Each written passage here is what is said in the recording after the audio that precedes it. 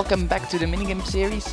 Today we are checking out some of the islands I received over the past couple of days. So we're starting off with MC Overlord. He made a biome twist biome, I think he called it, or biome spiral. And I actually forgot to copy something over, but that's my problem. There was a bit of lava down in that middle. But this is his island, and I think it's really interesting for PvP, and I'm definitely gonna put it in the map. So yeah, I really like this one. It's different, you know. So yeah, it's the first one I received, and I was really happy that you guys actually sent me some in. And I actually got 5 by now in a few days, so that's kind of cool. Now we have by Dorblitz Redstone we got the jungle themed island, and I really like the detail on this one. If you look, he put all kinds of different blocks in them, and I would never use them personally, but they work. They just work. And I even forgot to change the biome. This is going to be a jungle biome, so the grass is going to be greener and things like that. So I'm quickly going to go over the things in here. So there's a miniature temple thing in here with some leaves up top, and yeah, lighting is all done. I want to show you this at night. So time set night. If I go there, yeah, it's really well lit up, and if you look in here, there's even a secret room in here, and that's probably where I put the artifact. So I'll put some kind of a walkway in here when you can get to the artifact, and you can actually get up here by just jumping in here, using the vine, then getting this puzzle done. You need to jump and then getting up here. So I really like this one. It's small, it's good. I don't actually know if it is good for PvP, but I'm gonna keep it anyway. It's lovely. It's really lovely. This one is different again, different from the others. I mean, on top there's not much to see, just some hiding spots. There's these ladders on the sides, which could be really interesting for PvP. I gotta fix this part here. I'm gonna make some kind of island form out of it, because this is just looking strange. So I am gonna edit that away just with some stone probably. But the ladders on the side, as I said, are really interesting to PvP. So you can basically hop on the side here and hide, sort of, and use your bow to shoot them so they can't see you. So that's very interesting, I think. Yeah, and there's a cave down here. With him hopper with this minecart. I probably have to remove the minecart because I can't teleport entities. I think I might make it possible, but it will be very difficult. So if you are making an island, then yeah, if you're using entities, please keep them in there. That's all I have to say. Let's set the time today again, because the next one isn't lit up yet, so I have to do that as well. This is a jungle temple, and I think this is just a copy jungle temple. But the island looks really nice. It was square before, so I had to add some modifications to make it at least a little bit more naturey. So that's what I did. Nothing major, just the grass and yeah, adding the grass here on the side, making the edges more curvy. And inside is just a normal jungle temple. But what I like, what he did is he made. Oh, sorry, I forgot to name them. Yeah, mention the last guy. So this is. I don't know how to pronounce it, so your name is on screen here for a little while. And the next one is probably by TechStash779. So yeah, that's that. He has some stairs on top, and normally the puzzle used to be here. And I think when I was importing this with MC Edit, there was actually the redstone is still in there. So he literally just copied it in and edited it, which I really like. The tree is growing in here, which really gives it that touch.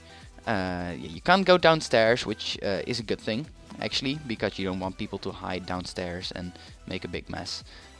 So yeah, that's good.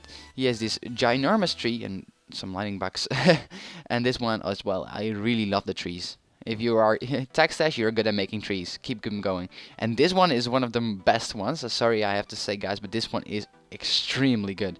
It doesn't look, yeah, it's great from the top, but it's even better from the bottom. If you look at the bottom, he even did the bottom side, and with he, I mean Mr. Reed the Stone.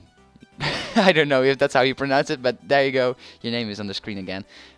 This is what he did.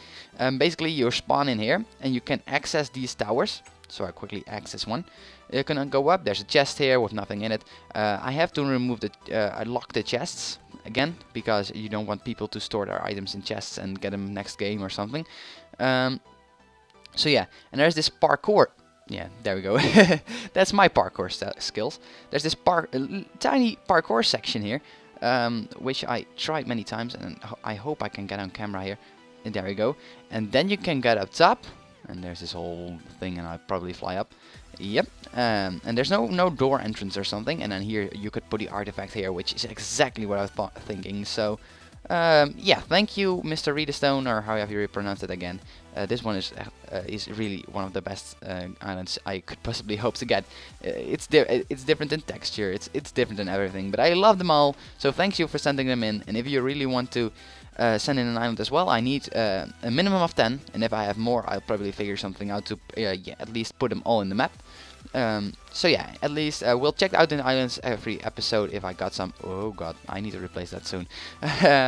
Yeah, and also let's hop into the normal map and get building. So I started a bit of work on the armor pieces here. So this is a bit of redstone I got going, and I'll show you in a few seconds what it does. Just quickly head over to this. I added some barriers everywhere here, so if I can quickly get one. There you go, all kinds of barriers, and it's lagging me crazy because of all the particle effects, so I'll remove them. But yeah, there's tons of barriers here, so people can't just move everywhere where they want to, which is good, which is really good. I got the armor going, and as you see, there's here boots of the wyvern, or the wyvern actually, and a heavy-duty chest plate. I'll explain those later. And you see some strange scoreboards on the right here. But the iron stuff is all done. I added some different textures to it. Added the price, as what suggested, which might be useful, the price. Diamond armor is just as expensive as the iron per armor bar, so you want actually, yeah, if you need more total armor, yeah, you should go diamond, but if you don't, you can just go iron and get it cheaper. But here, the boots of the wyvern, if I click this, well, that doesn't work yet. It's just a sign, I need to edit that, but they are right here. So I can actually scoreboard players set RSG productions wyvern boots to 1. That doesn't work yet. So I need to figure something out here to get myself these boots. So let's actually quickly change it. I'll explain what I did later on. It's a big command for just a few boots. So it's and then like this, and then wyvern boots goes to 1. So I actually get some more speed. I used attribute modifiers, not effects, so I actually run twice as fast as normal, and this is running speed, by the way, and I like that. And then when I take them off, I can't get new ones. The only thing is, when I do this, then I have multiples, and if I now remove them, I have more than multiples, and yeah, so I need to prevent that in some way. So I'll probably clear every slot except for the slots that you're actually using, so the armor slots, the slot for the arrow, and then for the bow. And the how is that thing called, the sword, and I might include a fishing rod if you really want to. I could figure something out for that as well, but I said for now, yeah, if you put it back, it's just some command block stuff that's actually making that. And if you want to know how it works, first thing, it sets score for so it's going up and then there, so it's going in that direction, I think. Yeah, positive C. So this one is activated first, then that one, and it's the same for the heavy duty chest plate, which I will show you really right now. Yeah, it's, well, I got it here, 100% knockback resistance. So if I summon some zombies, there's actually some work going outside there. I hope you can't hear that. I got sound muffling on my microphone. If I get some zombies right here, just spawn a few, game mode 0, and hope they don't burn before they kill me. And as you see, I am actually attacked. You can see my hit bar, hotbar, and I am actually gonna get killed here. But I didn't move at all when they attacked me, so that's kind of cool, I think. So yeah, that's a thing.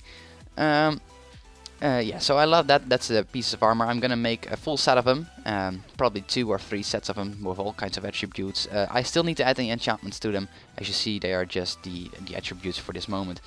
So I have to add some more stuff to that, but yeah, furthermore, it's good. So how did I do this? I first of all set the score for everyone to 0. Sorry for my voice. So wyvern boots is going to be set to 0. Then everyone who has it in their inventory, or in their inventory, it's gonna be set to 1. And I actually can make this very easy, I see now. But yeah, it's gonna be set to 1 if you have them. So if you don't have them, your score is gonna be set to 0. So now I have them, so my score is gonna be set to 1. So the sign is gonna actually equip them. But when they are removed by another one, so let's say I buy iron boots, we'll quickly go back, iron boots here, then my score gets set to 0 because they are replaced. And then first of all, the score gets set to 0, but it doesn't get set back to 1 because I don't have the boots anymore.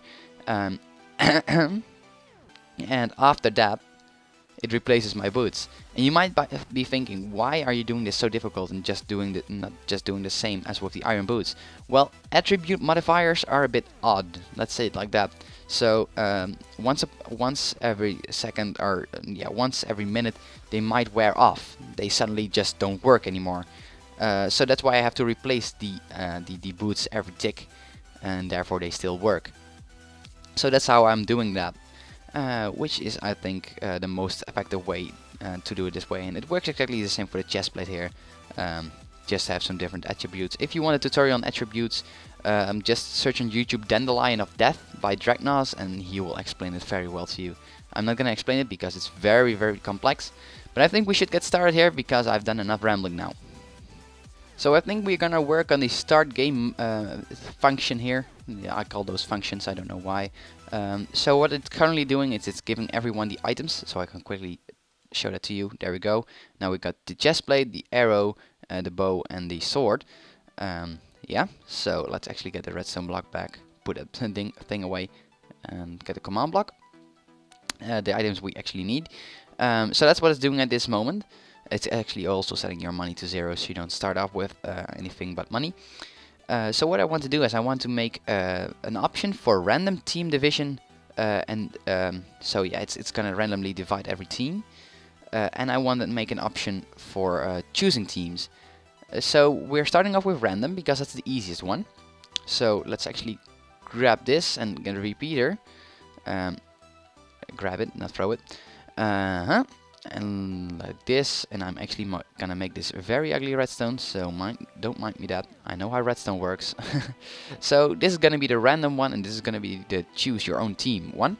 So I'm quickly gonna show you what I'm doing. I am